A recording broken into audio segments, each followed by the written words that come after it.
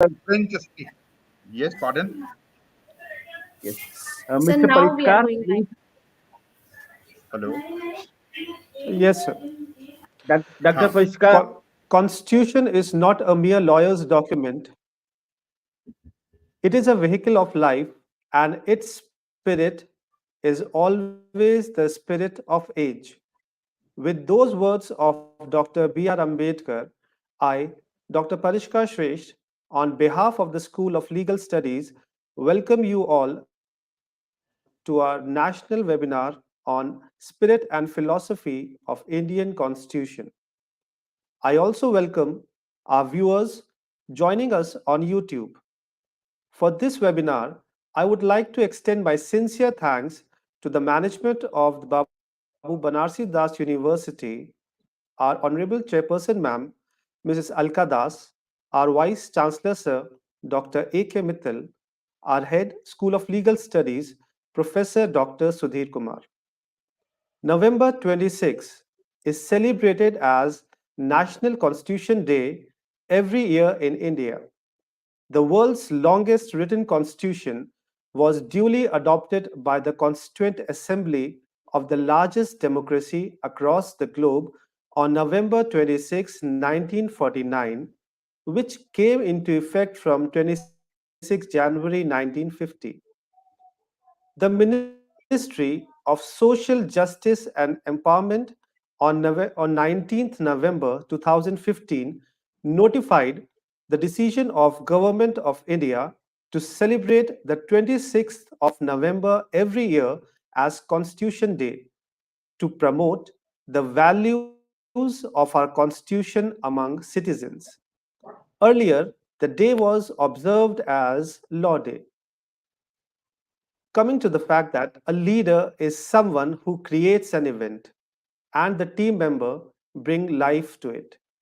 No institution can run without a hardworking leader.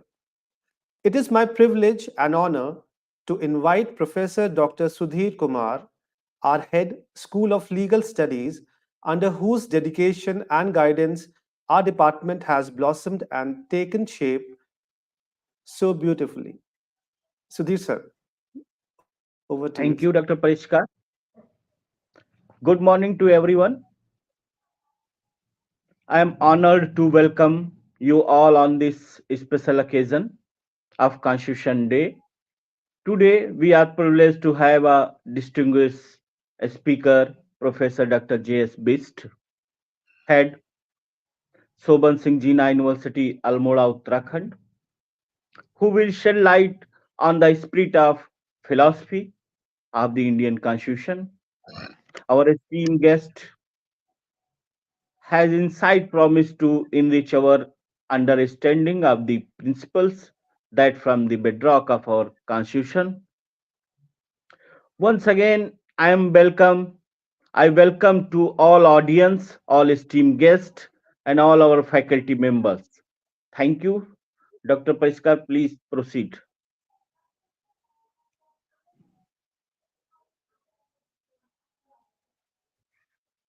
Thank you so much, sir. And truly, sir, today we are fortunate enough that we have with us our distinguished guest, Professor Dr. J.S. Bisht, Head, Faculty of Law, Soban Singh Jeena, University, Almora.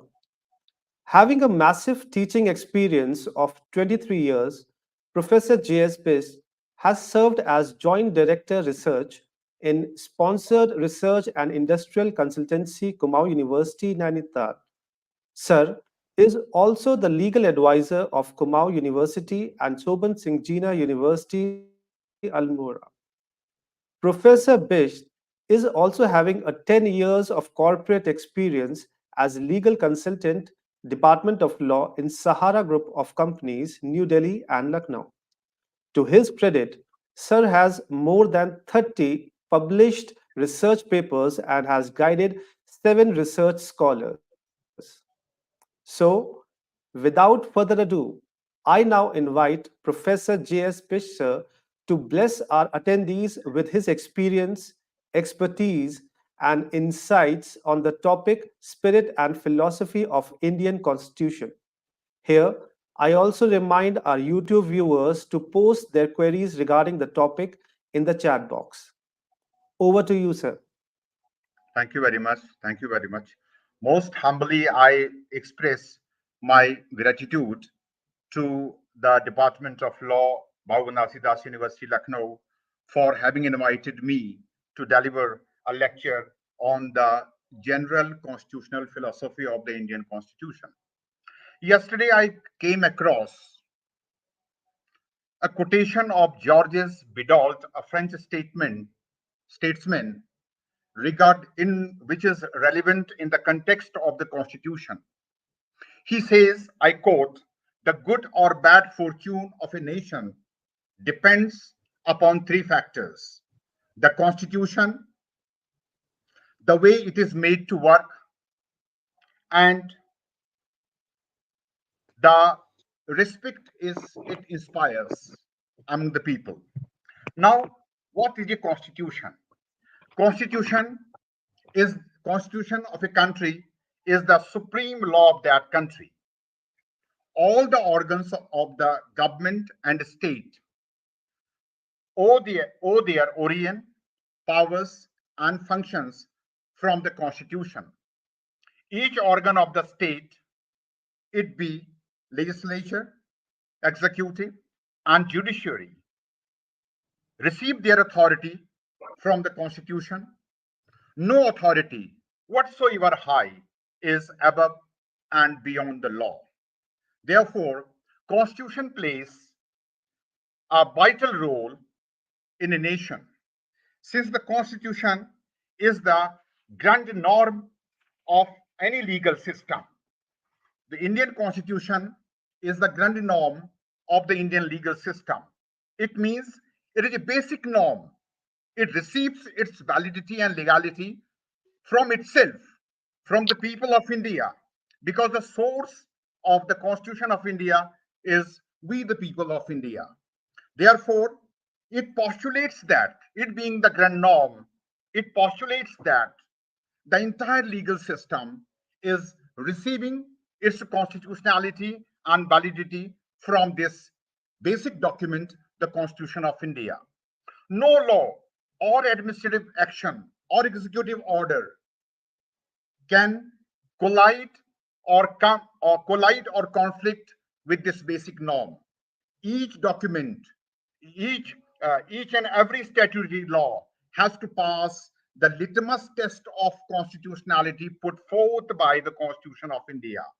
Any law which collides against this basic norm, the Constitution of India is declared unconstitutional, and therefore has to go, and it has no place. Immediately after the constitution of the Constituent Assembly, under the Cabinet Mission Plan in 1946, the Constituent Assembly pledged itself to draw up a constitution for the country and to secure, to constitute India into a sovereign, socialist, secular, democratic republic, and to guarantee and secure to its citizens justice, social, economic, and political, liberty of thought, expression, belief, faith, and worship, equality of status and opportunity. Therefore, it connotes that justice is the first and foremost postulate and philosophy which the Constitution attempts to realize to its people. And justice has three postulates. It has three postulates. One is the social justice. Social justice means, there are a number of provisions which ensures affirmative action, reservation. These are the means and modes for realizing social justice.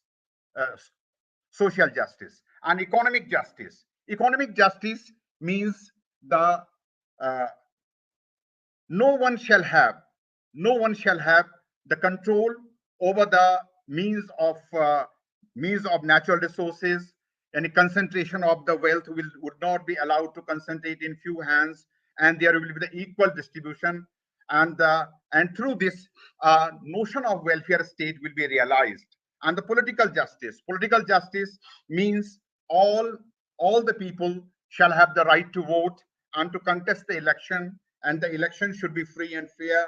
This is envisaged, and we are guaranteed all the civil rights in justice. Second notion is liberty of thought, expression, liberty of thought. Human being is a rational being. Therefore, the state cannot restrain any restraint upon the thought, and he has been accorded and given by the constitution the liberty and freedom of expression. He can express, and unlike the absolute state has put almost all the restraints upon the individual liberty or thought, expression, belief, whatever may be his belief, faith and worship. The complete liberty has been given to the to all the persons, to all the strata of person. And third is equality. Equality has also equality of status. Equality of status has been guaranteed by the Indian Constitution from Article 14, which is a basic norm, from Article 14 to Article 18. These are the provisions which ensures the equality of status. Equality of status is means absence of special privilege to anyone, because before the promulgation of the constitution, before the coming into force of the constitution, some people were privileged, socially privileged. They were given the titles like Lord, Rai Bahadur, Sir, Khan Bahadur, etc. But immediately after coming into force of the constitution, this special privilege of social status being removed or abolished. Now, socially, all the persons are equal. Their social status is equal, and all the persons are given equality of opportunity. Equal opportunities are being provided by the constitution to each and everyone for his complete and multifaceted development. Uh, and and to promote them, fraternity assuring dignity of individual and the unity and integrity of nation. Fraternity, the sense of brotherhood.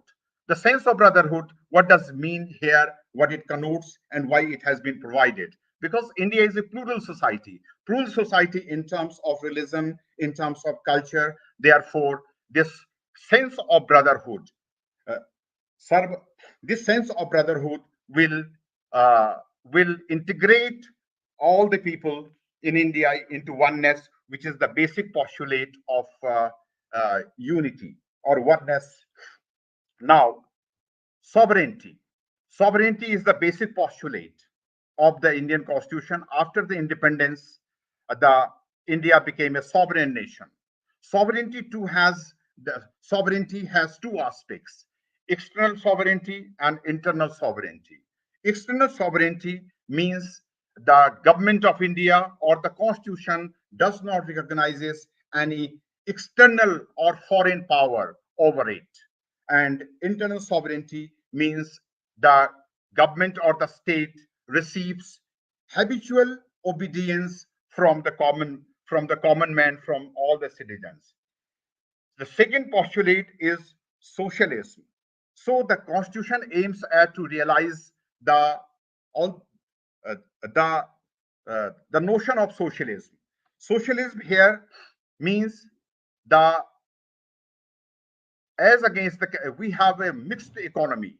There is there is no monopoly over of the individual over the natural resources. Here it is the socialism means here the we have adopted the mixed economy, the capitalist as well as socialist. But it is different from the Marxist economy, where they outrightly reject the individual entrepreneurship. Here in India, we have followed the mixed economy pattern where, on the one hand, individual entrepreneurship is invited at the same time as we have seen the nationalization of many private enterprises or undertakings during 1973 in the regime of Mrs. Gandhi.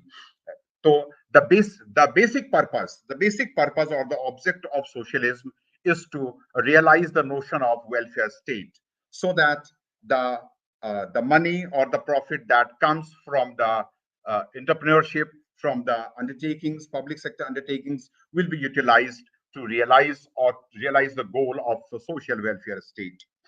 Third is the secular state. Secular Indian secularism is different from the European or Western secularism. Western secularism is believes in the total and complete mutual exclusion. In Europe and Western countries, the secularism provides that the state shall not intervene in the affairs of the religion, and at the same time, religion also shall not influence the policy decisions or the lawmaking of the state. But in India, it is not so. Here, all the religions are equal because we adopt the notion of Sarv Dharm Sambhav. This secular word was incorporated in the constitution, in the preamble, in through the 42nd constitutional amendment in 1976. But that does not mean that the Indian constitution was not secular before 1976.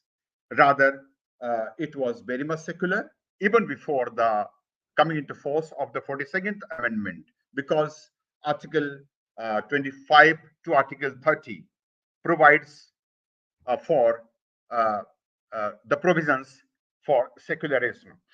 Uh, Here, you know that it gives all the fertile land for all the religions to prosper. Here, although the state shall not interfere in the affairs of the religion, but at the same time, but when the religious practices shall intervene or shall violate fundamental rights of the citizens, then here the state can interfere in managing or in regulating this freedom of religion. Sabrimala case and आपका ये triple talaq are the examples where the state has intervened in the affairs of the religion. This is the positive concept of secularism. Next postulate is the democratic pattern of government.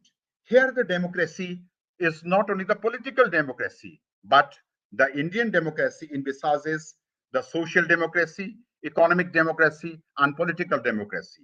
Social democracy, yani removal of the special privileges to any person. All are equal. All are equal, and economic democracy means participation of the common man. Now the democracy has come down to the grassroots level through 73rd and 74th constitutional amendment, where people or the common man at the grassroots is taking positive steps or ensuring his or her participation in the economic processes at the grassroots. They are participating. They are deciding as to which economic measures or which economic measures or developmental measures will be in their favor. Therefore, they are participating in the economic processes. And political democracy has ensures that there should be each and every person should be given the right to vote and can contest the election, and the election should be free and fair. So there is not any restraint on any person from casting his vote or contesting in election. There is no restraint, any such restraint on the individual. And the next one is India is a republic. Unlike the monarchies, India is a republic. Republic means the elected head, the head of the state is elected one, unlike the monarchy or other forms of government. Here, the head of the state is elected by the people indirectly.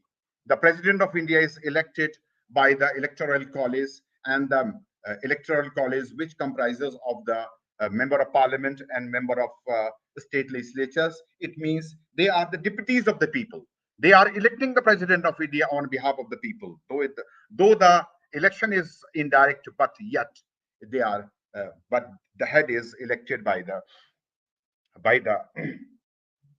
the people. Now, equality. ये हो गया आपका. Now, what I what I feel and what the political thinkers now, political and constitutional thinkers uh, realize that the spirit of constitution emerges from the notion of constitutionalism.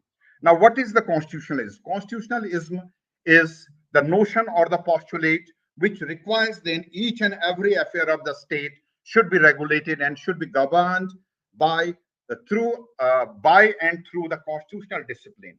And constitutional discipline requires the supremacy of the constitution.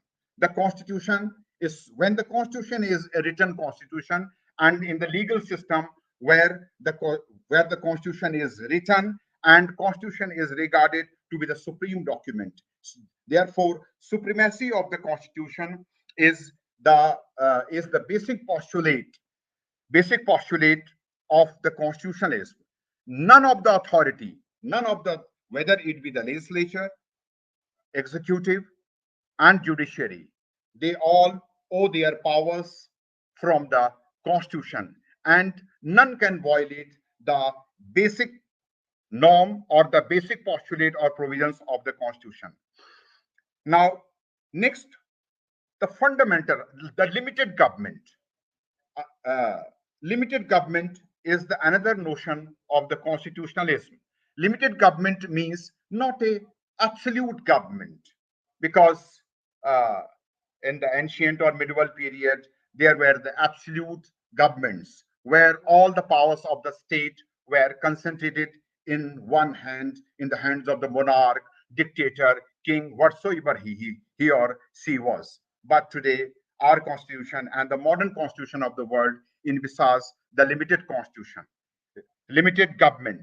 Limited government means when the power of the government, authority of the government is limited, and fundamental rights are is a great chapter which we call the Magna Carta of the Indian Constitution, is a restraint of the state. These are the negative rights.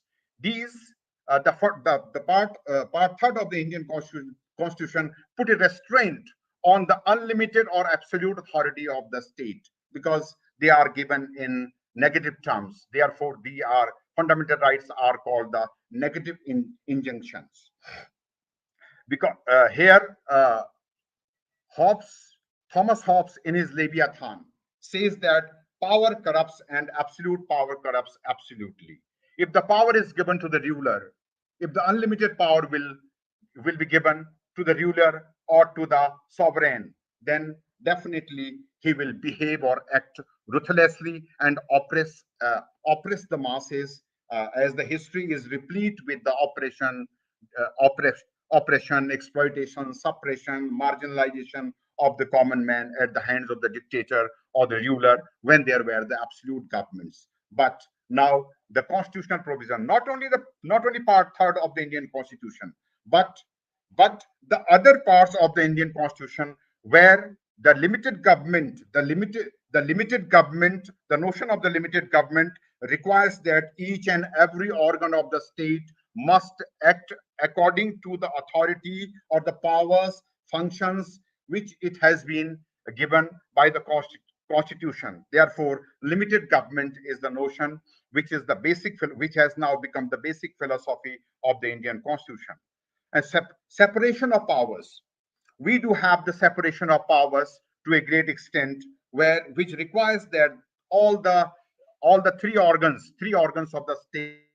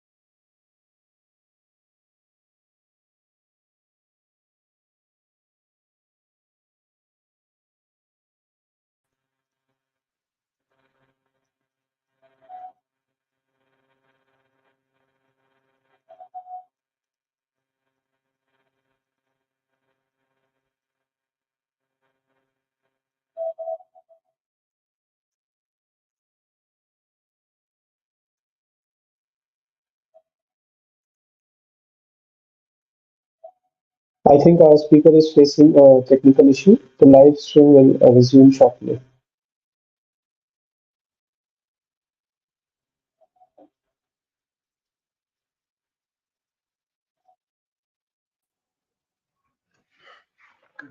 hello hello hello Yes, sir. Yes, sir, you are audible. Yes, sir. हाँ light चली गई थी यहाँ so Sir, you are audible. separation of power ji Yes, sir. hello hello Yes, sir. Please continue, sir. आवाज आ रही sir आवाज आ रही Yes, sir. Audible, sir. आवाज आ रही हाँ hello Yes, sir. Yes, sir. हाँ so separation of powers devised by the constitution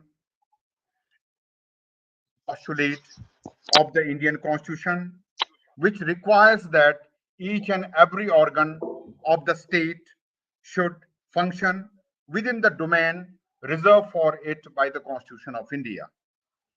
In the event any organ of the state transgresses the area or the domain reserved or allotted for it, then that act will be unconstitutional or ultra vires the Constitution. Therefore, the Constitution, the separation of powers put a restraint on the authority and powers of any organ of the state. Division of power is yet another postulate which promotes the notion of constitutionalism, wherein since we have this division of powers comes into play when a constitution and the polity is the federal one. We have the federal polity, therefore the central government at one hand and the provincial governments at the periphery.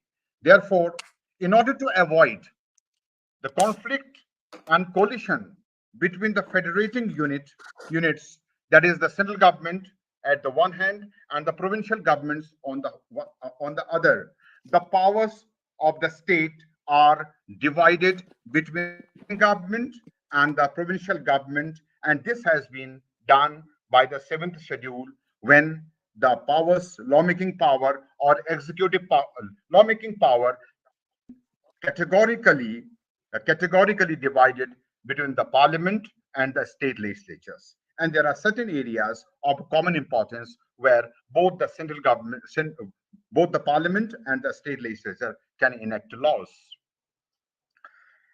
And similar is the case with the executive power. There is a division of executive power, and the executive powers have nowhere been defined or defined in the constitution, but the executive powers of the union government extends to the making authority of the parliament. Executive government can exercise the executive function in those areas of 1997 entries which have been earmarked in the union list. At the same time, the state executive power can be exercised in respect of those entries provided in the state list for the state legislature. Therefore, now and judicial review. Judicial review is also a postulate, important postulate of constitutionalism. Judicial review promotes the idea of constitutionalism, and the responsibility of judicial review has been, the power of judicial review has been given on the constitutional courts, Supreme Court and the High Courts. Under the Indian Constitution, there are number of provisions, almost 10 provisions are there. Essentially, the essential 13(2), which says that the state shall not make any law which violates or contravenes fundamental rights provided in Part 3rd. In case the states make any law which violates or contravenes fundamental rights, then such a law shall be void to the extent of contravention. And so, but in USA, when there was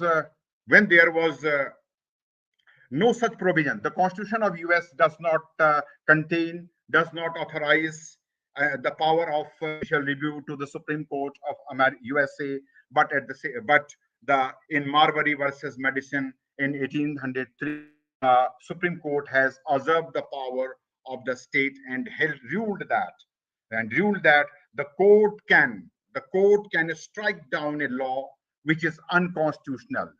The Supreme Court can strike down any law enacted by the Senate if it contravenes the Constitution. So therefore, judicial review, through judicial review, Supreme Court maintains a judicial discipline in the country.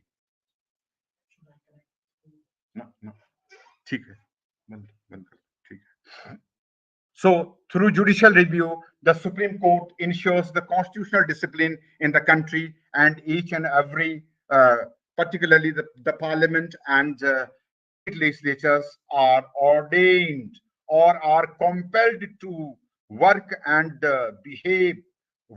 function within the constitutional domain for them.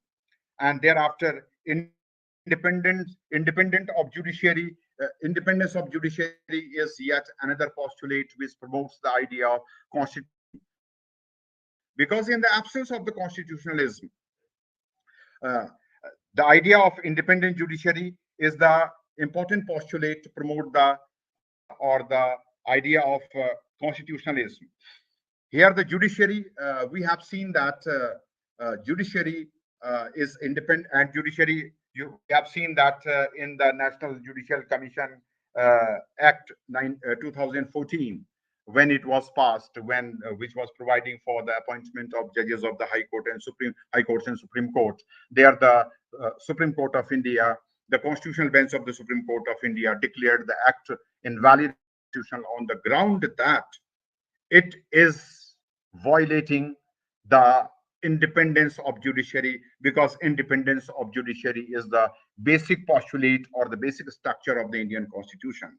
Because it is the duty, is imposed on the Supreme Court of India that it shall protect the Constitution. It is the custodian of the Constitution. And thereafter, fundamental rights, as we have discussed earlier, that fundamental rights are a great restraint on the unlimited authority of the or the state. So this is what I feel. Moreover, the amendment is also one of the important part of the Indian Constitution, because Indian Constitution is not a static equation. It is not a static equation, but it is an organic law which has to change itself according to the changing equations, changing social, economic, and political equations. So whenever the social needs or the social, economic, and political equations will change, immediately the Constitution will be made to accommodate itself if it has to survive and if it has to provide for the generations to come. Therefore, here, because no generation has the wisdom, no generation can claim the wisdom over the coming generation. Therefore, this is yet another important Indian Constitution. So, thank you very much for providing me the opportunity to address you on this auspicious day of the Constitution Day.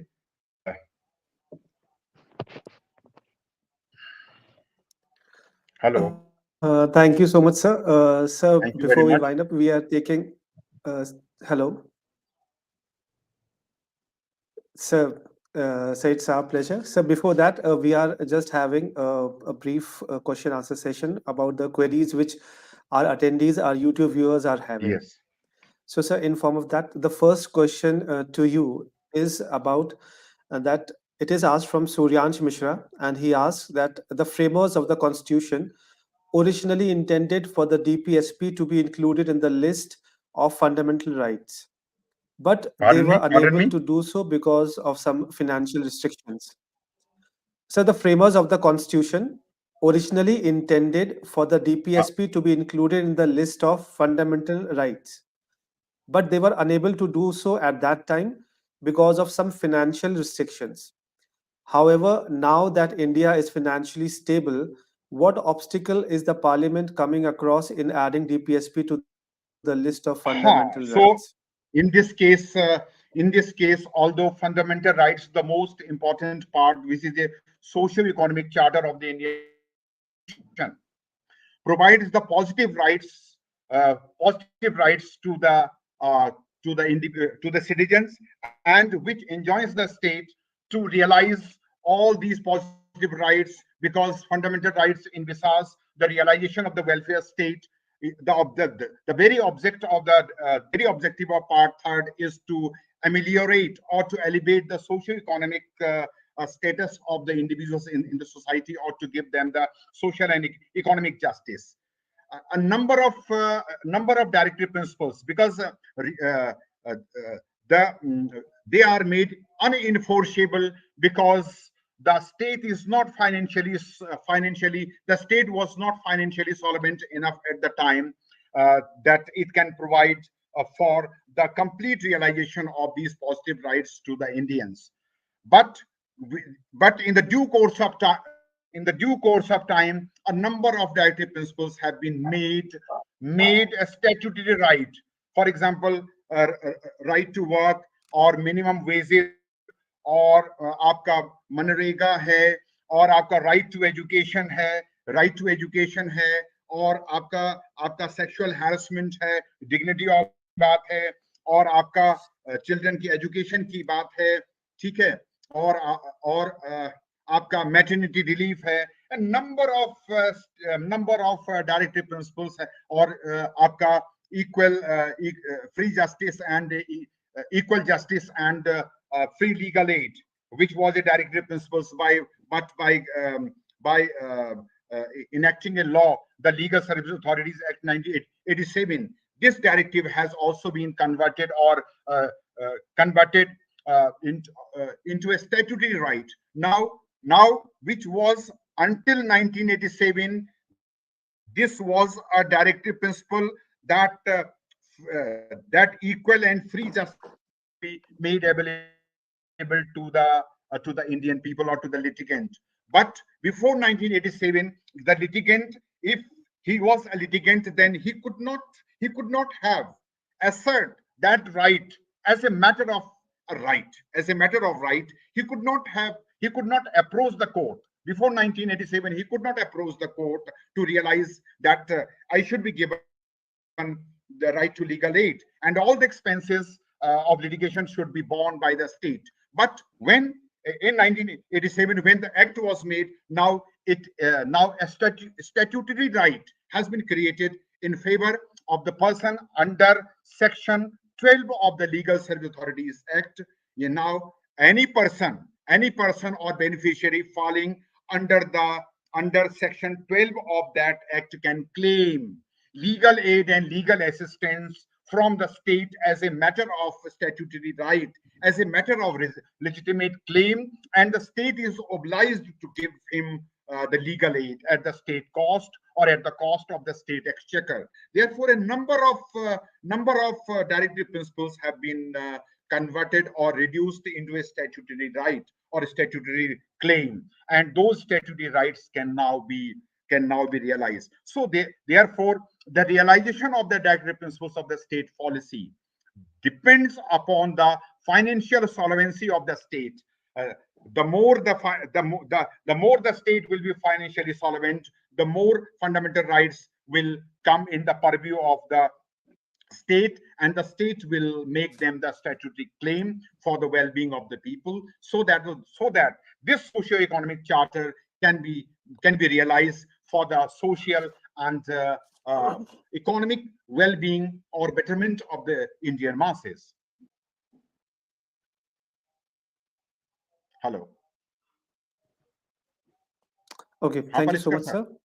Ji, ji. So one more question. This is from sir. This is from Ujjwal Singh, and he asks you that up to what extent Justice Verma Committee report worked in the implementation of fundamental duties.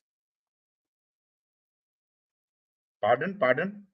Up to what extent Justice Verma Committee, so I'm repeating it, up to what extent Justice Verma Committee report worked in the implementations of fundamental duties.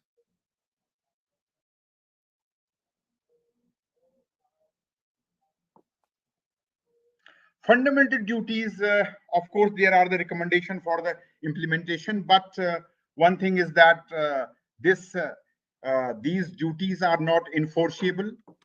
In fact, the duties are very much inherent, and in due course of the time that the law may come, those, for example, each and every parent or ward is obliged to send their wards to the schools to get the benefit of education up to 14 years. But if he fails to send him to the schools, the state cannot use any coercive power to compel the parents and wards for not sending them to the school. Yes. Okay, sir. So the last question that we are taking up, it is that what is the scope of Indian Constitution by 2050? Ji. In your opinion, what is the scope of the Indian Constitution by 2050? 20? 50. क्या कह रहे? So 2050. क्या Will कह it रहे? be having some drastic changes, or will it be having some? So it's what is the, in your opinion, what is the scope of Indian Constitution by the year 2050? क्या कह रहे? जरा हिंदी बता दीजिए, कुछ audibility नहीं है. You are not audible to sir me. ये पूछना चाह रहे हैं कि सर ये पूछना चाह रहे हैं कि ईयर 2050 तक इंडियन कॉन्स्टिट्यूशन का क्या स्कोप है आपके ओपिनियन में? क्या स्कोप क्या है? उसमें ड्रास्टिक चेंजेस आ सकते हैं या वो अभी भी इतना आप है? हाँ जी. हाँ, तो Indian constitution, it is as I told you, that it is an organic document. It is not a parchment. It is not a parchment, but it is an organic law which provides for generation perennially. And so far as its scope up to 2050, our student is asking, of course, the Indian Constitution shall survive beyond 2050, because here the Constitution has allowed the amendments according to the changing equations of society, economy, and politics. Whenever there is any change, whenever society passes or moves forward through any change or a change legal or a new constitutional, social, economic, and political requirement the country faces or the country requires, then at that time the parliament changes the constitution according to the needs of the time. So we have seen that uh, we know that for example आपका जो cyber crime था, cyber crime था, it was ये करीब आपके 10-15 साल से पहले तक जो है cyber crime was not known to us. It was quite alien and foreign, even it was not known to us. But when it appeared in the criminal world, then at the same time the parliament provided for the enacted the law and provided the solution. So similar is the case with the constitution. Definitely the constitution will survive because the constitution provides for the amendments and this scope, because our constitution is not a rigid constitution. So far only the federal principles are rigid. Of course they are also amendable, but with the majority of the state plus with ratification of the state. When the parliament passes the law and it is ratified by the state, then even the federal principles can also be amended. But here, is there any doubt that the Indian constitution will not survive beyond 2050, or what is its scope? Of course the constitution shall remain intact and shall fulfill the aims and aspirations of the people to come even after us.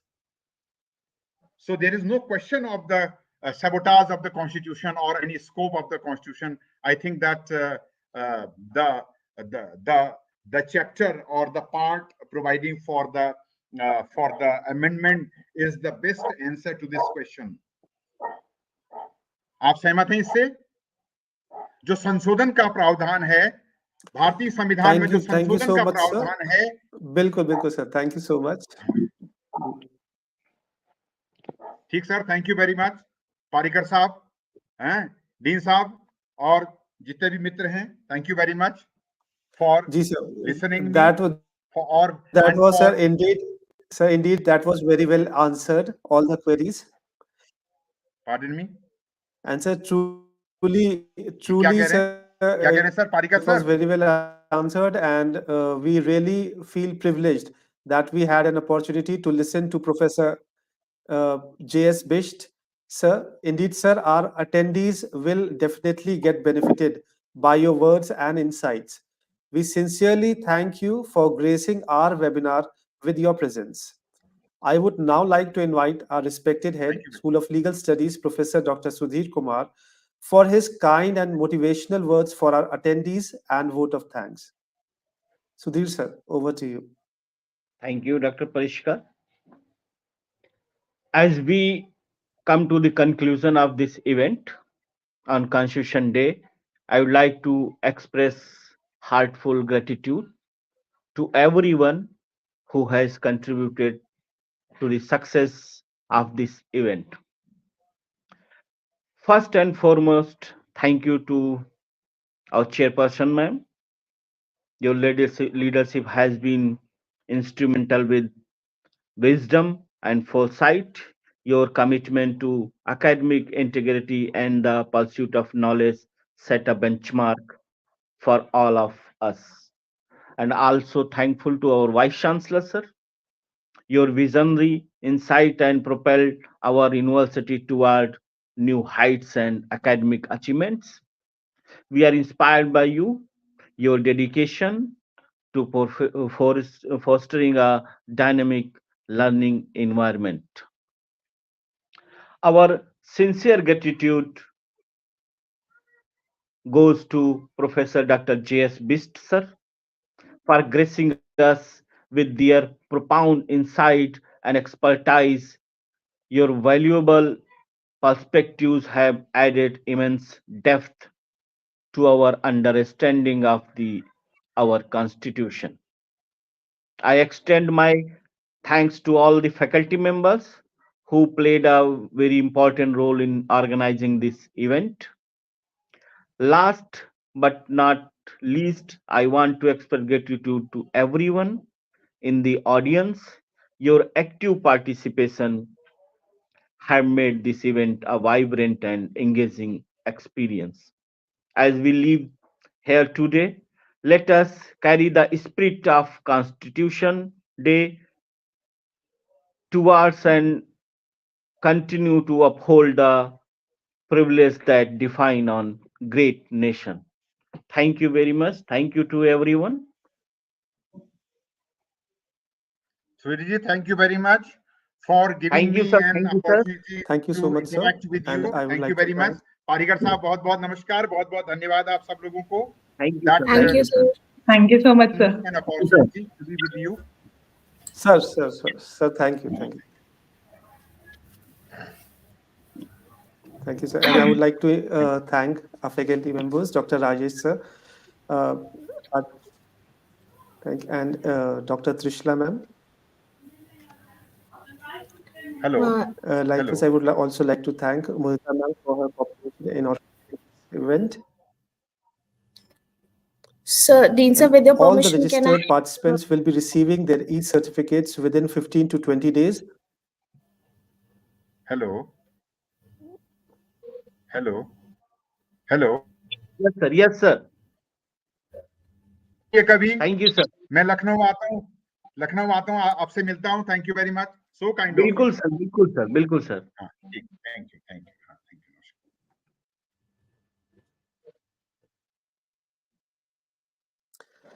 All our registered participants will be receiving their e-certificates within 15 to 20 days on their registered email IDs.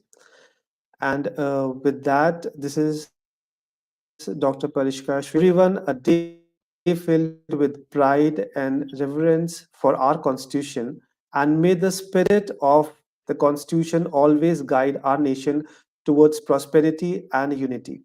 Happy Constitution Day to all of you. Thank you.